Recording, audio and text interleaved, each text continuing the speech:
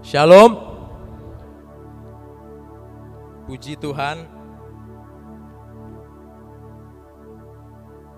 Saudara, sebelum saya menyampaikan kebenaran firman Tuhan,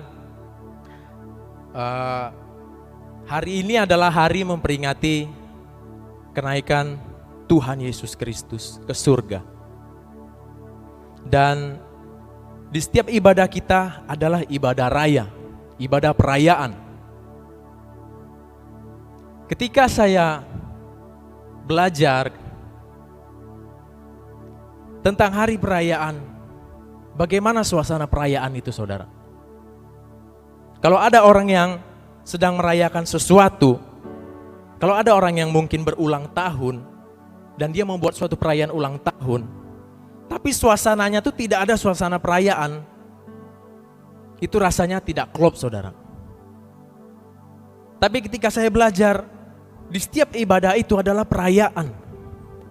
Kenapa kita ibadah? Ada di hari Minggu, bahkan hari ini memperingati kenaikan Tuhan Yesus, itu untuk memperingati bahwa Tuhan Yesus adalah Allah yang hidup.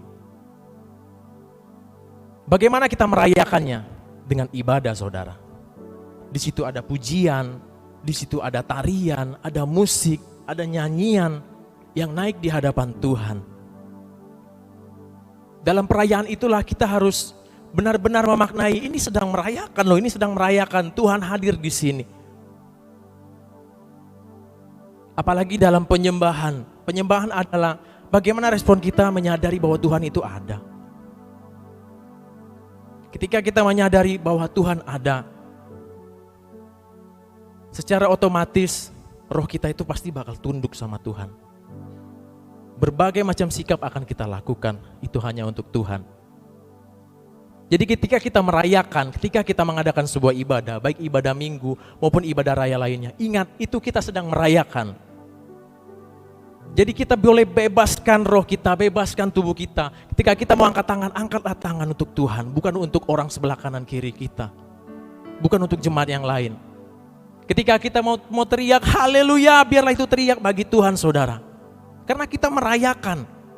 Tuhan kita hadir di sini, amin.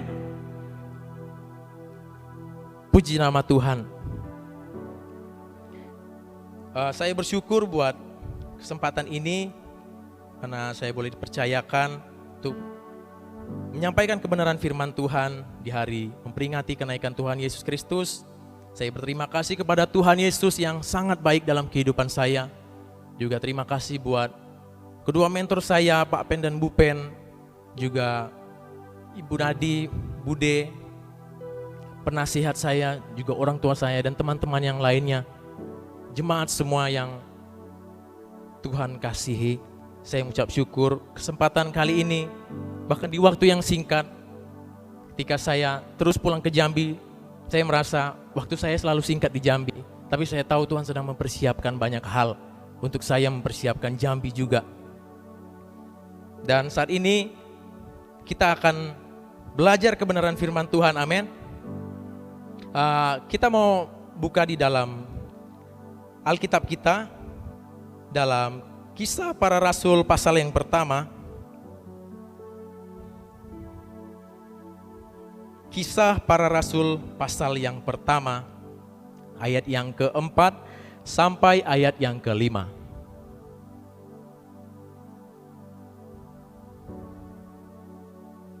Yang sudah membukanya katakan amin. Baiklah, sebelum saya menyampaikan, sebelum saya mengajak saudara juga untuk membaca kebenaran firman Tuhan ini, saya mau membagikan satu hal. Saudara yang terkasih, bahwa ketika saya coba terus belajar, bahwa firman Tuhan atau buku kecil yang kita pegang ini, bersyukurlah yang masih bisa pegang buku ini. Bersyukurlah yang masih ada Alkitab di dalam HP maupun di dalam buku. Firman Tuhan adalah hembusan nafas Tuhan sendiri.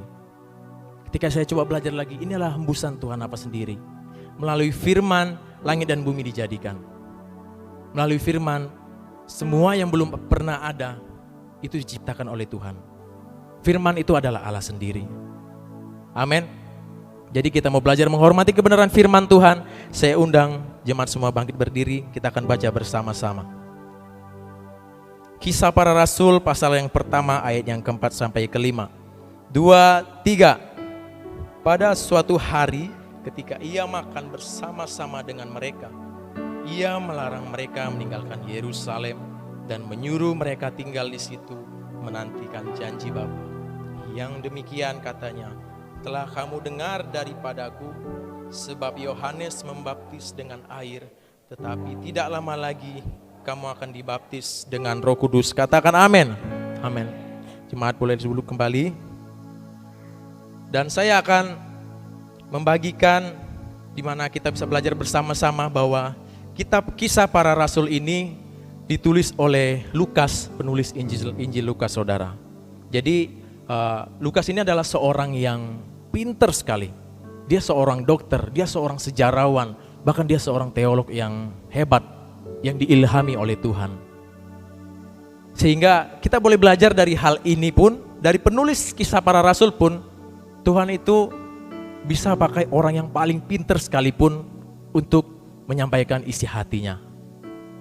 Dan kita tahu dalam Alkitab mulai dari orang yang tidak tahu apa-apa seperti Petrus, dia hanya penjala ikan, tapi Tuhan bisa pakai dia untuk menulis surat-surat di dalam Alkitab. Dan itu adalah pengilhaman dari Tuhan. Dari orang bodoh sampai orang pintar, Tuhan juga pakai, saudara. Apalagi kita di tempat ini yang sudah luar biasa dalam Tuhan, kita yang setia dalam Tuhan, Tuhan juga bisa pakai kok, saudara. Amin. Puji nama Tuhan. Di hari kenaikan Tuhan Yesus ini, ketika kita baca ayat 4 sampai ke 5 tadi, ini adalah peristiwa di mana sebelum Yesus naik ke surga, Yesus itu menampakkan diri kepada murid-muridnya. Jadi selama 40 hari Tuhan Yesus setelah dia bangkit, dia tidak langsung naik ke surga, saudara. Kenapa? Kenapa Tuhan Yesus tidak langsung naik ke surga ya waktu itu ya? Kenapa Tuhan Yesus masih 40 hari dulu dia menampakkan diri? Dia menampakkan diri, lalu dia menghilang lagi. Dia menampakkan diri, dia menghilang lagi. Ketika saya coba terus telusuri, kenapa Tuhan Yesus nggak langsung naik ke surga ya? Kenapa Tuhan Yesus harus menampakkan diri kepada murid-muridnya? Kita tahu, saudara, Yesus mempunyai ke-11 murid, karena murid yang satu sudah mengkhianati dan sudah mati duluan.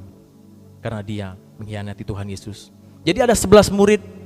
Mereka ini setelah mereka tahu Yesus mati, mereka terpecah-pecah semua.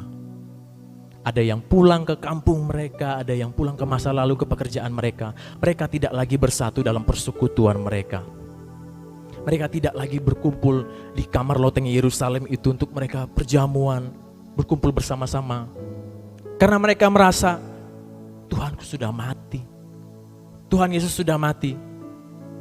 Mereka tidak percaya sama Tuhan Yesus.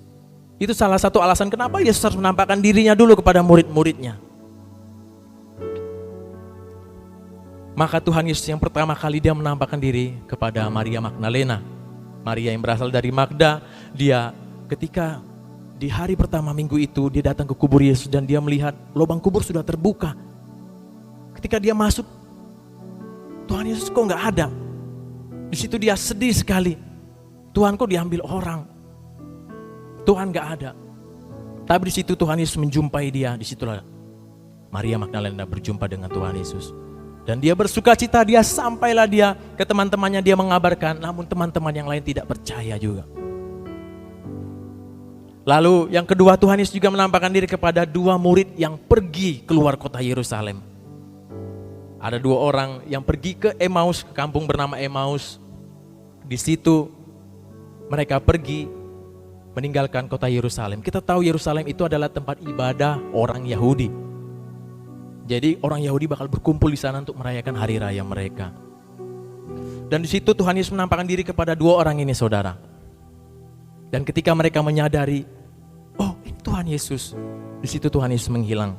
Dan mereka kembali lagi dari Emmaus ke Yerusalem untuk memberitahukan, ini loh aku berjumpa sama Tuhan Yesus loh, dia ngobrol sama kami loh. Dia tuh ternyata benar, dia hidup. Apa yang dibilang dia tuh benar ternyata. Bahwa dia tuh akan bangkit pada hari ketiga. Jadi ketika mereka kembali ke Yerusalem, mereka kabarkanlah itu kepada teman-teman yang ada di Yerusalem, kepada murid-murid yang lain. Lalu Tuhan Yesus juga menampakkan kepada ada 7 murid di Danau Tiberias. Petrus dan teman-temannya. Petrus kembali lagi ke masa lalunya. Dia kembali lagi menjadi penjala ikan aja lah. Yesus sudah mati. Aku mau ngapain lagi? Dia kembali jadi penjala ikan. Tapi di situ Tuhan Yesus datang kepada mereka semua. Tuhan Yesus membuat mereka percaya kembali, ini aku hidup. Dan terakhir kali Tuhan Yesus menampakkan diri berkumpul bersama-sama dengan semua muridnya ketika mereka sedang penetapan perjamuan malam. Yang di ayat 4 inilah yang kita baca tadi. Pada suatu hari ketika Tuhan Yesus makan bersama-sama dengan mereka, mereka berkumpul semua di sana. Disitulah Tuhan Yesus menampakkan diri kembali. Dan Tuhan Yesus berpesan kepada mereka semua. Apa di situ dikatakan? Boleh kita perhatikan di ayat yang keempat. Pada suatu hari ketika ia makan bersama-sama dengan mereka, ia melarang mereka meninggalkan Yerusalem dan menyuruh mereka tinggal di situ menantikan janji Bapa. Jadi kita tahu tadi murid-murid itu udah terpecah-pecah. Mereka udah pergi dari Yerusalem, ada yang ke Emmaus. Dari Yerusalem ke Emmaus itu sekitar 15 km. Itu untuk jalan kaki lumayan jauh. Sedangkan Petrus dan kawan-kawan ke Danau Tiberias di sana. Dari Yerusalem ke Danau Tiberias itu sekitar 178 km, saudara. Itu sangat-sangat jauh. Mereka tinggalkan Yerusalem, mereka tinggalkan tempat ibadah itu. Makanya Yesus berpesan, jangan tinggalkan Yerusalem. Dan inilah yang menjadi perintah pertama Tuhan Yesus sebelum dia naik ke surga. Jangan tinggalkan Yerusalem. Dan ketika saya coba merenungkan apa yang bisa saya tarik pelajaran di sini. Seperti kita tahu tadi Yerusalem adalah tempat ibadah orang Yahudi. Di situ orang Yahudi beribadah. Jadi kalau mereka meninggalkan Yerusalem, sama saja mereka meninggalkan ibadah mereka dan mereka tidak bisa beribadah. Karena tempat mereka ibadah hanya di Yerusalem, saudara. Sama seperti Rut. Rut dia meninggalkan Yerusalem. Dia pergi ke Moab. Dia pergi jauh dari Yerusalem, dia tidak bisa beribadah, saudara. Tapi di situ Tuhan kembali membuat dia percaya kembali. Dia kembalilah ke Yerusalem, dia bisa beribadah kembali dekat sama Tuhan. Ketika saya belajar lagi, apa yang bisa saya tarik di sini? Jangan tinggalkan ibadah, saudara. Jangan tinggalkan ibadah. Kalau Yesus berkata di sini, ia melarang mereka meninggalkan Yerusalem. Jangan tinggalkan Yerusalem. Tapi saat ini Yesus berkata jangan tinggalkan ibadah buat kita semua. Jangan tinggalkan ibadah. Baik ibadah gereja, baik persekutuan khusus, bahkan persekutuan kita sendiri sama Tuhan. Jangan tinggalkan itu. Bahkan jangan tinggalkan tempat persekutuan kita dengan Tuhan. Kita tahu murid-murid Yesus tadi, dia meninggalkan tempat mereka berkumpul, yaitu di kamar loteng Yerusalem. Mereka tidak lagi berkumpul. Bahkan Thomas, waktu Tuhan Yesus pernah datang ke sana, Thomas nggak ada di situ. Sehingga dia hanya dengar dari cerita murid yang lain. Tadi Tuhan Yesus ada loh. Enggak, aku nggak percaya sebelum aku mencucukkan jariku ke setiap lubang yang ada di tangannya dan di lambungnya. Poin pertama yang kita boleh dapat, jangan tinggalkan ibadah. Seperti ada tertulis dalam Ibrani pasal 10, kita akan baca. Ibrani pasal yang ke-10 ayat yang ke-25, bagian A, saya akan bacakan. Janganlah kita menjauhkan diri dari pertemuan ibadah kita. Ini firman Tuhan, amin. Jangan menjauhkan diri dari pertemuan ibadah. Bahkan di dalam surat Timotius berkata, karena ibadah itu mengandung janji. Dan kita tahu dalam hal ini, dalam hari ini khususnya, janji itu janji Bapa itu yaitu Roh Kudus tadi, saudara. Ada Roh Kudus setiap ibadah itu. Ada Roh Kudus yang menanti kita. Amin. Dan poin yang kedua, kita kembali ke Kisah Para Rasul pasal yang pertama. Kita lihat ayat yang ke-4 tadi. Ia melarang mereka meninggalkan Yerusalem dan menyuruh mereka tinggal di situ menantikan janji Bapa. Yang demikian katanya, telah kamu dengar daripadaku, sebab Yohanes membaptis dengan air, tetapi tidak lama lagi kamu akan dibaptis dengan Roh Kudus. Apa itu janji Bapa? Yaitu baptisan Roh Kudus. Tuhan Yesus menjelaskan, ya Yohanes membaptis kamu dengan air. Bahkan Yohanes sendiri juga bilang, aku membaptis kamu dengan air, tapi nanti akan ada utusan Tuhan, anak Allah yang maha tinggi. Dia yang akan membaptis kamu dengan Roh Kudus, bukan dengan air lagi. Dan inilah janji Bapa, yaitu Roh Kudus. Kita akan lihat dalam Yohanes, saudara. Yohanes pasal yang ke-14, ayat yang ke-16. Saudara bisa perhatikan di sana, saya akan bacakan. Aku akan minta kepada Bapa, dan Ia akan memberikan kepadamu seorang penolong yang lain, supaya Ia menyertai kamu selama-lamanya, yaitu Roh kebenaran. Kita lompat ke ayat yang ke-26. Tetapi penghibur, yaitu Roh Kudus, yang akan diutus oleh Bapa dalam namaku, Dialah yang akan mengajarkan segala sesuatu kepadamu dan akan mengingatkan kamu akan semua yang telah kukatakan kepadamu. Inilah janji Bapa itu. Dalam Kisah Para Rasul tadi, kamu harus tinggal di Yerusalem untuk menantikan janji Bapa. Apa itu? Itu Roh Kudus. Jadi murid-murid setelah mendengar itu, mereka tinggal di Yerusalem. Sampailah kita lihat di dalam Kisah Para Rasul ayat yang ke-8, pasal pertama yang ke-8, ayat yang sangat terkenal ini. Tetapi kamu akan menerima kuasa kalau Roh Kudus turun ke atas kamu, dan kamu akan menjadi saksiku di Yerusalem dan di seluruh Yudea dan Samaria dan sampai ke ujung bumi. Sesudah ia mengatakan demikian, terangkatlah Yesus disaksikan oleh mereka dan awan menutupnya dari pandangan mereka. Ketika mereka sedang menatap ke langit, waktu ia naik itu, tiba-tiba berdirilah dua orang yang berpakaian putih dekat mereka dan berkata kepada mereka, hai orang-orang Galilea, mengapakah kamu berdiri melihat ke langit? Yesus ini yang terangkat ke sorga meninggalkan kamu, akan datang kembali dengan cara yang sama seperti kamu melihat dia naik ke surga. Jadi Tuhan Yesus terangkat di daerah Bukit Zaitun yang lebih di Betania. Dan ketika saya coba cari lagi berapa sih jarak dari Yerusalem ke daerah tempat Tuhan Yesus terangkat, ternyata itu hanya 5 kilometer. Untuk zaman itu untuk pejalan kaki tidak terlalu jauh 5 kilometer. Jadi ketika murid-murid melihat Tuhan Yesus sudah naik, mereka bersuka cita sekali. Tapi ketika saya coba pikir lagi, mungkin ada yang sedih ya, mungkin ya ditinggal Tuhan ya ditinggal Tuhannya ke atas dong. Jadi mungkin ada yang merasa, aduh gimana ini. Tapi ketika Tuhan Yesus sudah menyampaikan pesan itu, kamu harus tetap tinggal di Yerusalem. Kamu jangan tinggalkan ibadahmu. Nantikan janji Bapa, nantikan Roh Kudus. Mereka bersemangat, mereka pulanglah mereka ke Yerusalem. Lalu mereka kembali berkumpul ke kamar loteng Yerusalem, saudara.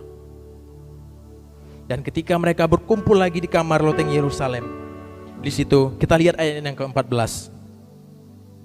Mereka semua bertekun dengan sehati dalam doa bersama-sama dengan beberapa perempuan serta Maria ibu Yesus dan dengan saudara-saudara Yesus. Saudara, murid-murid ini mereka mengikuti apa yang Tuhan perintahkan. Kamu harus tetap di Yerusalem, jangan tinggalkan Yerusalem. Nantikan janji Bapa. Dan ketika mereka melihat Tuhan Yesus naik, Tuhan Yesus tetap memberikan perintah yang sama. Jangan tinggalkan Yerusalem. Dan mereka berkumpullah mereka. Kita lihat di pasal yang kedua. Ini luar biasa sekali, saudara. Berkumpullah orang-orang percaya di satu tempat. Dan itulah kamar loteng Yerusalem. Tempat mereka perjamuan dengan Tuhan. Tempat mereka memiliki persekutuan yang khusus dengan Tuhan. Perjumpaan yang khusus, perbincangan yang khusus dengan Tuhan Yesus. Murid-murid dan Tuhan Yesus. Itu adalah ruang pribadi kalau menurut saya. Karena hanya Yesus dan murid-muridnya. Mereka di situ berbincang-bincang, bercakap-cakap dengan Tuhan Yesus. Ketika saya coba merenungkan, apa yang bisa saya tarik di sini ya Tuhan? Dan yang saya dapat adalah ketika kita berkumpul saudara, sama seperti hal ini, saat ini kita berkumpul bersama-sama. Dan saya pengen sekali, bahkan saya percaya Tuhan juga pengen sekali, ketika kita berkumpul sama-sama di setiap ibadah saudara, kita membawa nama Tuhan dan kita meninggikan nama Tuhan. Kita ingat Tuhan Yesus sudah naik ke surga. Dan kita semua bertekun dengan sehati dalam persekutuan kita dengan Tuhan. Kita bersama-sama satu hati dalam ibadah kita. Kita meninggikan nama Tuhan dan Roh Kudus turun. Seperti dalam Kisah Para Rasul pasal 2 ini. Roh Kudus turun ke atas setiap mereka. Saya akan bacakan Kisah Rasul pasal yang kedua. Ketika tiba hari Pentakosta, semua orang percaya berkumpul di satu tempat. Tiba-tiba turunlah dari langit suatu bunyi seperti tiupan angin keras yang memenuhi seluruh rumah di mana mereka duduk, dan tampaklah kepada mereka lidah-lidah seperti nyala api yang bertebaran dan hinggap pada mereka masing-masing. Maka penuhlah mereka dengan Roh Kudus, lalu mereka mulai berkata-kata dalam bahasa-bahasa lain seperti yang diberikan oleh Roh itu kepada mereka untuk mengatakannya. Inilah janji Bapa itu. Dan kita tahu, seperti tadi saya bilang, dalam waktu 40 hari Tuhan Yesus menampakkan dirinya kepada murid-muridnya setelah dia bangkit. Dan kita tahu angka 40 adalah angka persiapan, bahkan juga angka penderitaan. Musa 40 hari 40 malam di Gunung Sinai. Dia tidak makan, tidak minum, tapi dia mendapat persiapan dari Tuhan. Tuhan Yesus 40 hari 40 malam dia berpuasa. Dia dicobai di padang gurun saudara. 40 hari ini murid-murid dipersiapkan Tuhan. Untuk mereka memantapkan iman mereka kepada Tuhan. Mereka harus percaya bahwa Tuhan Yesus itu hidup. Dan mereka harus percaya ada janji Bapa, yaitu Roh Kudus. Dan hari Pentakosta, di mana hari ke-10 setelah Tuhan Yesus menampakkan diri, atau hari ke-50 setelah hari Paskah. Ketika kita coba belajar lagi tentang angka-angka ini saudara, angka 50 berbicara tentang pembebasan. Pembebasan, di mana bangsa Israel dulu mengalami yang namanya tahun Yobel. 7 kali 7 minggu. Di sana mereka mengalami pembebasan, yang menjadi budak itu terbebas. Yang punya hutang terbebas. Dan inilah hari Pentakosta, hari ke-50.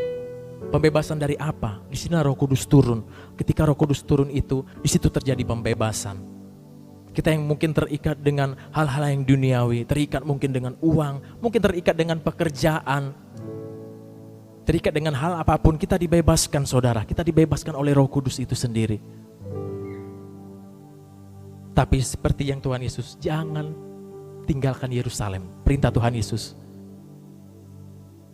Jangan tinggalkan Yerusalem, jangan tinggalkan ibadah kita. Lalu kita akan lihat lagi di hari ke-10 setelah Tuhan Yesus menampakkan diri, disitulah tiba hari Pentakosta. Hari ke-10 kita nanti setelah hari ini itu hari Minggu di tanggal 5 Juni. Dan itulah puncak ibadah pencurahan Roh Kudus kita. Dan selama 10 hari sebelumnya kita mengadakan ibadah pencurahan Roh Kudus di gereja ini. Seperti yang Bu Pen katakan kemarin, kita akan mengadakan ibadah pencurahan Roh Kudus. Dan ketika saya coba belajar arti angka 10 saudara, angka 10 itu berbicara tentang kesempurnaan yang absolut, yang tidak bisa diganggu gugat. Dan juga berbicara tentang kelengkapan. Ketika saya coba berpikir kelengkapan apa ini? Dan ternyata sepanjang 10 hari itu, hari pertama kita ikut ibadah, hari kedua, hari ketiga, sampai hari ke-10 kita sedang mengalami perlengkapan di situ. Dilengkapi dari hari ke hari. Dan tibalah di hari ke-10, itulah kelengkapan dan kesempurnaan itu. Kita disempurnakan oleh kuasa Roh Kudus. Asal kita tetap pegang perintah tadi, jangan tinggalkan ibadah kita tadi. Jadi saya juga sekalian mengajak saudara semua di sini, jangan sampai tinggalkan ibadah kita, Terlebih lagi ibadah pencurahan Roh Kudus ini yang luar biasa ini, jangan tinggalkan satu hari pun kalau bisa. Usahakanlah bayar harga buat Tuhan. Karena Tuhan bakal ganti. Kalau Tuhan janji, Tuhan nggak bakal ingkari. Amin. Tuhan janji, Tuhan akan berikan Roh Kudusnya. Dan kita mau belajar juga di dalam Kisah Para Rasul pertama yang ke-8 tadi. Ada hal yang luar biasa yang kita dapat di sini. Tetapi kamu akan menerima kuasa kalau Roh Kudus turun ke atas kamu. Kamu akan menerima kuasa. Kuasa ini dalam bahasa aslinya itu menggunakan kata dunamis. Baru dari akar kata dunamai, itu yang artinya kekuatan, kemampuan, kesanggupan. Jadi ketika kita menerima Roh Kudus, kita yang sebagai manusia ini kadang nggak sanggup, kadang nggak mampu, kadang nggak punya kekuatan. Ketika kita menerima Roh Kudus, kita mendapat kekuatan baru.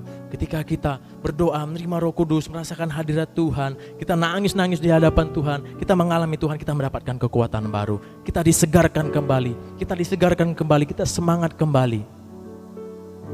Makanya kadang mudah ditebak kalau orang-orang udah mulai nggak semangat.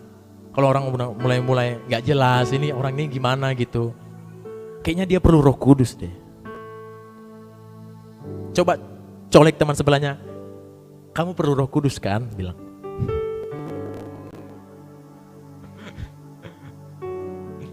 Haleluya. Puji Tuhan. Kita semua perlu Roh Kudus. Dan kita harus menantikan Roh Kudus setiap hari. Setiap hari Roh Kudus harus kita nantikan. Karena ketika Roh Kudus turun ada kuasa. Seperti firman Tuhan bilang, kamu akan menerima kuasa kalau Roh Kudus turun. Kalau Roh Kudus turun, saudara. Kalau Roh Kudus turun. Jadi kalau Roh Kudus enggak turun, enggak akan ada kuasa kita. Firman Tuhan berkata demikian. Kamu akan menerima kuasa kalau Roh Kudus turun. Betapa pentingnya peran Roh Kudus. Dan apa yang dapat Roh Kudus ini lakukan? Kita mau belajar dari tokoh-tokoh perjanjian lama. Saya coba mengambil beberapa tokoh. Yang pertama itu ada Raja Saul. Kita tahu Raja Saul bukan? Raja Saul ini adalah raja pertama bangsa Israel. Ketika dia dipilih oleh bangsa Israel, bukan dipilih oleh Tuhan. Dipilih oleh bangsa Israel menjadi raja. Karena bangsa Israel dia gak sabar, dia pengen punya raja seperti bangsa-bangsa lain. Tapi sebenarnya Tuhan gak kehendaki. Ketika Raja Saul, dia menjadi raja. Di situ Samuel berkata, Samuel sebagai nabi, mau pergilah ke nabi-nabi di sana, rombongan nabi-nabi. Dan kamu akan dipenuhkan dengan Roh Kudus. Jadi ketika setelah Saul diurapi oleh Samuel, ketika dia pergi ke tempat nabi-nabi, dia di situ mengalami kepenuhan Roh Kudus. Dan Samuel berkata seperti ini, ketika tanda-tanda ini menyertai kamu, ketika kamu sudah penuh dengan Roh Kudus, apapun yang ada di tanganmu, lakukanlah karena Tuhan menyertainya. Apapun yang didapat oleh tanganmu, lakukan itu karena Tuhan menyertainya. Jadi yang dapat kita tarik di sini, ketika kita dipenuhi Roh Kudus, ketika kita menerima kuasa, apapun yang kita kerjakan, kerjakanlah karena itu Tuhan sedang menyertai kita. Tuhan akan buat berhasil, amin.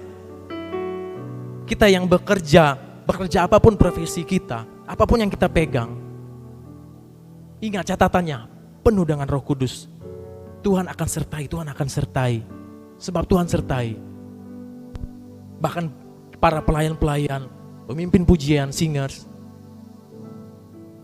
pemusik, penari, apa yang ada di tanganmu, kerjakanlah itu sebab Tuhan menyertainya. Dan di situ kita lihat Saul, ketika dia berperang melawan orang Amon, dia menang. Namun ada kesalahan yang terjadi dalam apa yang dia lakukan, dan itulah yang Tuhan tidak sukai. Tapi ketika dia dikuasai oleh Roh Kudus, Tuhan berkenan atas kehidupannya dan dia boleh sukses dalam peperangannya. Tapi ketika Roh Kudus itu tidak ada pada Saul, dia kacau. Dia tidak mengalami kemenangan lagi. Lalu Daud, kita tahu Daud ini adalah seorang pemuji penyembah yang luar biasa. Bahkan dia adalah seorang pemain kecapi, bahkan dialah orang yang mengubah hukum Tuhan dari korban bakaran menjadi korban pujian. Bahkan dia yang membentuk, dia pernah membuat 24 tim dalam satu hari, sehingga satu hari full pujian penyembahan di Pondok Daud itu. Makanya itu kerinduan Tuhan, pemulihan Pondok Daud itu perlu di setiap gereja. Pujian penyembahan itu perlu di setiap gereja. Di situ Daud, ketika dia menjadi pembawa senjata Saul, dia menjadi bawahan Saul. Dia selalu dipanggil Saul untuk memainkan kecapi. Ketika Saul ini sedang dirasuki oleh roh jahat, dan Saul ini dia merasa seperti, waduh gak jelas, kadang teriak, kadang apalah gitu. Dipanggillah Daud. Ketika Daud memetik kecapinya, dan Roh Kudus berkuasa atas kehidupannya, roh jahat yang ada pada Saul itu pergi. Roh jahat yang ada pada Saul itu meninggalkan Saul. Karena kuasa Roh Kudus, bukan karena petikan Daud tadi, bukan karena dia pintar main musik, bukan. Tapi karena ada Roh Kudus yang menguasai Saul, menguasai Daud. Lalu selanjutnya ada Simson. Kita tahu Simson ini manusia yang besar dan kuat, tapi kalah oleh perempuan. Simson ini manusia yang besar, seorang anak Nazir. Ketika roh Allah berkuasa atas hidup dia, orang Filistin tidak sanggup melawan dia, saudara. Rantai besi pun bisa dia putuskan. Ketika roh Allah berkuasa atas kehidupannya. Seperti yang Nabi Samuel bilang tadi sama Saul, apapun yang didapat oleh tanganmu, lakukanlah karena Tuhan menyertainya. Apapun yang kita dapatin, apapun yang kita kerjakan, apapun yang Tuhan percayakan, lakukanlah dengan sebaik-baiknya. Karena Tuhan menyertainya. Tuhan akan buat berhasil, amin. Dan di perjanjian baru kita melihat Petrus, setelah dia mengalami pencurahan Roh Kudus di Kisah Para Rasul pasal 2 tadi. Dan di kisah selanjutnya Petrus menyembuhkan orang yang lumpuh, saudara. Dengan kuasa Roh Kudus, ketika dia dipenuhkan dengan Roh Kudus. Ketika murid-murid mengalami pencurahan Roh Kudus di kamar loteng Yerusalem itu, di mana mereka mengalami bahasa-bahasa yang baru, tanda-tanda Roh Kudus yang luar biasa, dan mereka bergerak keluar, mereka membawa nama Tuhan. Apa yang Petrus katakan ketika dia menghampiri orang yang lumpuh? Emas dan perak tidak ada pada aku, tetapi apa yang ada pada aku akan kuberikan. Di dalam nama Tuhan Yesus Kristus, berjalanlah. Orang lumpuh itu berjalan, saudara. Karena kuasa Roh Kudus. Karena dipenuhi Roh Kudus, dia dituntun Roh Kudus. Lalu Yesus sendiri, setelah Tuhan Yesus dibaptis oleh Yohanes, dan disitulah Roh Kudus turun menyerupai burung merpati. Disitulah Tuhan Yesus penuhkan dengan Roh Kudus. Setelah Tuhan Yesus dipenuhkan dengan Roh Kudus, Tuhan Yesus melakukan banyak mujizat. Bahkan dia dimampukan untuk setia sampai akhir. Seperti yang di dalam ayat 8 tadi, tetapi kamu akan menerima kuasa. Kuasa itu adalah kekuatan, adalah kemampuan. Kita mendapat kekuatan, kita mendapat kemampuan, kita mendapat kesanggupan untuk menjalani semuanya. Itu karena Roh Kudus. Ketika Roh Kudus turun ke atasmu, ketika Roh Kudus turun ke atasmu. Sekali lagi colek temannya, coba, kayaknya kamu perlu Roh Kudus deh. Amin. Puji Tuhan. Dan satu hal lagi, tidak selalu ketika Tuhan Yesus dipimpin oleh Roh Kudus itu dibawa ke dalam hal yang enak-enak, ke dalam hal yang nyaman-nyaman. Seperti bangsa Israel, tiang api dan tiang awan adalah lambang Roh Kudus di zaman Perjanjian Lama. Bangsa Israel bukan dituntun ke jalan yang enak ketika Mesir kejar-kejar, enggak. Tiang api malah tuntun mereka ke depan laut. Ketika mereka sampai depan laut, ini kami mau kemana lagi? Di belakang bangsa Mesir udah kejar kami. Mereka terus menggerutu kepada Musa. Tapi tiang awan dan tiang api yang pimpin. Atau Roh Kudus. Roh Kudus yang pimpin, kok jalan buntu sih? Kok Roh Kudus pimpin ke jalan buntu? Gak ada jalan, sedangkan di belakang kematian menunggu. Mereka terus mengeluh. Tapi Musa tetap percaya waktu itu. Disitulah Tuhan menyatakan kemulainya, Tuhan membelah laut berau. Di situ ada jalan di mana Tuhan dipermuliakan. Ketika mereka melewati laut terberau, mereka menyanyi menari bagi Tuhan. Mereka bersorak-sorak bagi Tuhan. Dan rencana Tuhan memang tidak pernah terpikirkan oleh kita. Tuhan selalu membawa kita ke tempat-tempat yang tidak enak. Bukan berarti Tuhan tidak bisa mengubah tempat itu, bukan berarti Tuhan tidak bisa mengubah situasi itu, saudara. Tapi saya belajar, Tuhan tuh pengen ubah ini yang di sini. Tuhan pengen ubah hati ini, bukan mau ubah keadaan. Tuhan itu, Dia yang ciptain semua, terlalu mudah untuk Dia mengubah semua keadaan. Tapi Tuhan tuh mau mengubah yang di sini. Tuhan mau mengubah yang di sini. Tuhan mau ubah hati kita, bentuk hati kita. Karena dari awalnya memang kita tuh dibentuk oleh Tuhan. Tapi dosa yang memisahkan kita dari Tuhan. Puji nama Tuhan. Di kenaikan Tuhan Yesus kita belajar banyak sekali. Jangan tinggalkan Yerusalem, Tuhan Yesus katakan. Jangan tinggalkan ibadah kita, saudara. Jangan tinggalkan tempat-tempat khusus kita dengan Tuhan. Jangan tinggalkan kamar loteng Yerusalem itu, tempat kita berkumpul seperti ini, ibadah bersama-sama. Jangan tinggalkan itu. Inilah momen yang terbaik untuk kita mengalami Tuhan. Kita bersama-sama dengan para pendoa yang luar biasa di sini. Ketika kita mungkin capek, tapi ada pendoa yang terus mendukung setiap ibadah. Inilah kesempatan untuk kita menarik kembali hadirat Tuhan. Untuk kita mengisi kembali, untuk kita mendapatkan kekuatan baru. Karena dikatakan kamu akan menerima kuasa kalau Roh Kudus turun. Pastikan Roh Kudus itu turun. Menghampiri kita, memenuhi kita, mengatur jalan-jalan hidup kita. Katakan amin. Dan saya akan masuk kepada kesimpulan. Kesimpulan pertama, saudara, di kenaikan Tuhan Yesus ini, di hari peringatan kenaikan Tuhan Yesus, kita belajar ketika Tuhan Yesus dinaikkan, ketika Yesus menaikkan, terangkat ke sorga. Ketika Tuhan Yesus terangkat ke sorga, disaksikan oleh murid-muridnya. Di situ bukan berarti Tuhan Yesus meninggalkan kita. Tapi Tuhan Yesus menyediakan Roh Kudus-Nya. Seperti ada tadi pemimpin pujian bilang bahwa Tuhan Yesus tidak akan meninggalkan kita sebagai yatim piatu. Dia Tuhan, Dia yang buat kita, Dia akan tanggung jawab sama hidup kita.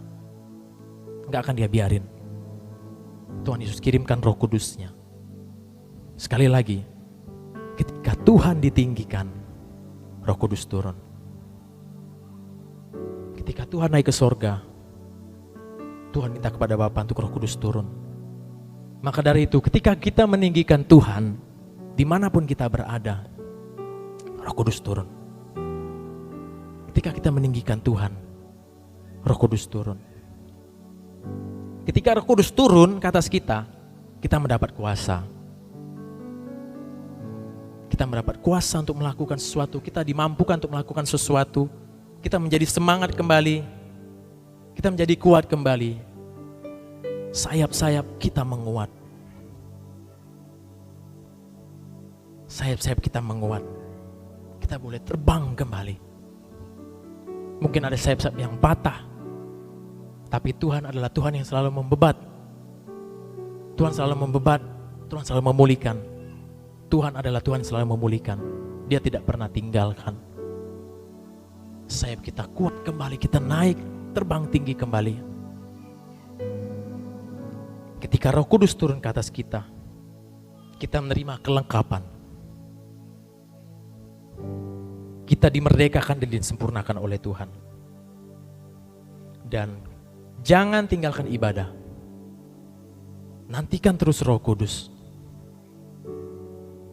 Dan pakai kuasa dari Roh Kudus. Pakai kuasa yang Roh Kudus berikan tadi. Untuk kita memerintah sebagai murid-murid Tuhan. Untuk kita menjadi saksi Tuhan. Sehingga kita dapat melakukan apa yang sudah Yesus lakukan. Karena Yesus adalah teladan yang baik. Dia juga sama 100% manusia. Tapi ketika dia dipimpin oleh Roh Kudus, dia dituntun oleh Roh Kudus, dia melakukan banyak hal, bahkan dia dimampukan untuk melakukan kehendak Bapa. Dia dibuat mengerti melakukan kehendak Bapa. Dan hari ini itulah yang kita pelajari. Dan kesimpulan saya terdapat di dalam Kisah Para Rasul 1 ayat ke-8 ini. Tetapi kamu akan menerima kuasa kalau Roh Kudus turun ke atas kamu. Dan kamu akan menjadi saksiku di Yerusalem. Menjadi saksi Tuhan, yaitu meninggikan Tuhan tadi. Tinggikan Tuhan dimanapun kita berada, saudara. Mulai dari Yerusalem, tempat persekutuan kita, sesama anggota jemaat. Saksikan Tuhan Yesus, saksikan kebaikan Tuhan, tinggikan Tuhan di sana. Di Yerusalem, di Yudea, keluar ke orang lain yang lebih luas lagi. Tinggikan Tuhan, tetap tinggikan Tuhan. Ingat ketika Tuhan ditinggikan, Roh Kudus turun, saudara. Di Yudea sampai ke Samaria, sampai ke orang yang tidak mengenal Tuhan, orang yang belum mengenal Tuhan, bahkan orang yang memusuhi Tuhan kita, yang benci kepada kita. Saksikan Tuhan, tinggikan Tuhan di sana, tinggikan Tuhan di sana. Karena ketika Tuhan ditinggikan, Roh Kudus turun. Bahkan sampai ke ujung bumi. Sampai seluruh mendengar firman Tuhan, seluruhnya mengetahui bahwa Yesus adalah Tuhan. Dalam Yohanes pasal 12 ayat ke-32. Dan ketika aku ditinggikan dari bumi, aku akan menarik semua orang datang kepada aku. Tuhan Yesus yang katakan. Tinggikan Tuhan dimanapun kita berada, saudara. Tinggikan Tuhan, itulah kita menjadi saksi. Kita akan menerima kuasa ketika Roh Kudus turun dan kita akan menjadi saksi Tuhan. Amin. Siap menjadi saksi Tuhan?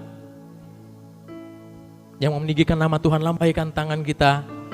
Katakan, aku mau tinggikan nama Tuhan. Aku mau tinggikan nama Tuhan. Saya undang kita semua bangkit berdiri. Firman Tuhan saya sampaikan di sini. Saudara, betapa luar biasanya kuasa Roh Kudus yang memampukan kita. Tapi ingat, Tuhan Yesus berkata, jangan tinggalkan Yerusalem.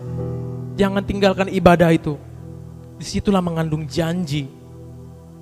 Disitulah Roh Kudus akan turun. Ketika Tuhan ditinggikan, Roh Kudus turun. Ketika Tuhan ditinggikan, Roh Kudus turun. Disitulah jiwa-jiwa akan tertarik. Tuhan akan menarik jiwa-jiwa datang kepadanya. Tuhan akan menarik jiwa-jiwa datang menyembahnya. Sujud menyembah Tuhan. Mari kita bersyukur buat hari ini. Buat kabar gembira hari ini. Ketika Tuhan Yesus sudah naik, kita akan menantikan kehadiran Roh Kudus. Menantikan Roh Kudus setiap hari, bahkan setiap detik, setiap waktu. Kita terus minta Roh Kudus. Roh Kudus temani aku. Roh Kudus pegang tanganku ini kuat-kuat. Roh Kudus, ayo berjalan sama-sama dengan aku. Ketika aku bekerja, Roh Kudus pimpinlah. Biar pekerjaan ini mempermuliakan nama Tuhan. Bukan untuk keuntunganku sendiri lagi, tapi untuk mempermuliakan nama Tuhan. Sertai pelayananku. Ketika Roh Kudus menyertai, banyak orang boleh diberkati. Banyak orang boleh semakin percaya kepada Tuhan. Puji nama Tuhan. Puji Tuhan. Terpujilah namamu Tuhan Yesus. Engkau luar biasa Tuhan.